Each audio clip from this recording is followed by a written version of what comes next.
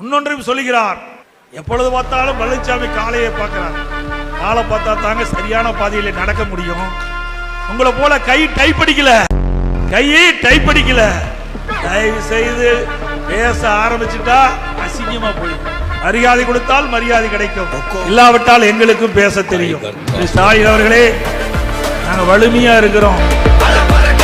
நல்லா புரியும், நான் வலிமையா இருக்கிறேன். நீங்க எப்படி இருக்கிறது நாட்டு மக்களுக்கு தெரியும். அப்பப்ப சைக்கிள் ஓட்டி காட்டுறீங்க, அப்பப்ப பளு தூக்கி பளு, அதை யாரு கேட்டாங்களா? பளு தூக்குற நீ எதுக்கு காட்டுற? மக்களுக்கு சந்தேகம் ஏற்பட்டு விட்டது.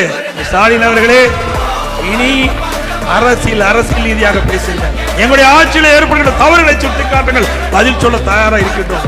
உங்களுடைய ஆட்சியில் ஏற்படுகிற அவலங்கள் தவறுகளை நாங்கள் சுட்டி காட்டுகின்றோம். அதற்கு சரியான பதில் கொடுக்க துப்பு இல்லாம திராணி இல்லாம ஏதேதோ பேசி மழுப்பி எங்களை அவதூறு பிரச்சாரத்துக்கு ஆளாக்கினால் நிச்சயமா உரிய பதிலடி கிடைக்கும் என்பதை தெரிவித்துக் கொள்கின்றேன்.